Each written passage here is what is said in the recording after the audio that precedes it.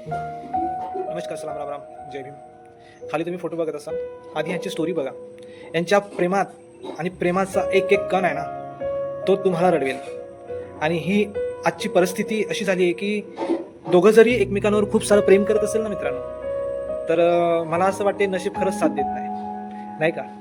जर तुम्ही एखाद्याला साथ देताय आणि समोरचा तो अप्रिशिएट करतो आणि दोघांच्या भावना जुळतात ना, तर मला असं वाटते की प्रेम करायला पाहिजे आयुष्यभर खरंच.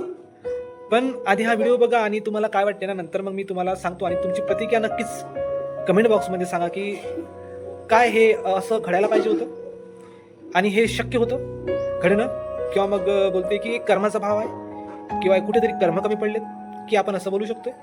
पूर्ण जगभरात विवेक आणि सृजनाची लव्ह स्टोरी म्हणजे प्रेम कहाणी, ह्या प्रेम कहाणीचा अंत पण म्हणू शकत नाही आपण. कारण की भावना ज्याच्याबद्दल आपण जपलेल्या असतात ना मनात, खरंच त्याला आपण मनातून काढू नाही शकत किंवा बाहेर नाही करू शकत. तर आधी हा व्हिडिओ बघा आणि नंतर आपण बोलूया. That is a emotional movement this great love couple.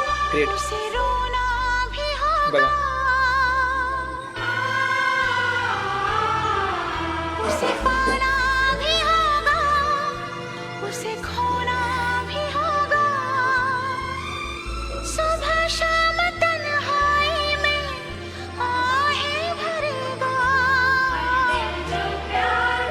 Stage brain tumour एक अशी बिमारी आहे मित्रांनो, जे विवेकला झाली आणि ती बिमारी फोर्थ स्टेजवर जाऊन पोहोचली. आणि फोर्थ स्टेज एक असं सर्क्युलाइड असतं ब्रेनमधलं की एक ब्लड क्रॉस नाही करू शकत. म्हणजे एक जे मुवमेंट असतं ब्लड सर्क्युलेशनचं एक ग्रोथ असते जे प्रत्येक वेन्समध्ये ट्रान्सफायर करतं ब्लड. तर ह्या कुठेतरी थांबून जातात आणि ब्रेन असतं, हे ब्रेन कुठेतरी काम करणं बंद करून जातं. आणि वर्तमान काय, प्रेझेंट काय आणि भविष्य काय हे कुठेतरी माणूस एक ज्याला झालेलं असतं हे एक विसरून जातो आणि बोलणं थोडंफार बंद होत असतं.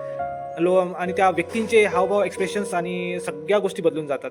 तर ॲक्च्युली फर्स्ट स्टेजमध्ये विवेकला माहीत झालेलं. आणि नंतर एक ढाल म्हणून त्याची जी पत्नी आहे, अर्धांगिनी आहे, ही त्याच्यासोबत होती आणि मरेपर्यंत ती सोबत राहिली.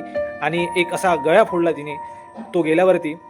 19 डिसेंबरला त्याचा मृत्यू झाला. आणि शोककळा म्हणजे अशी की पूर्ण भारतभर ही प्रेम कहाणी, या प्रेम कहाणीचा अंत अजून पण झालेला नाही, कारण की भावना तिच्या अजून पण जिवंत आहे मित्रांनो.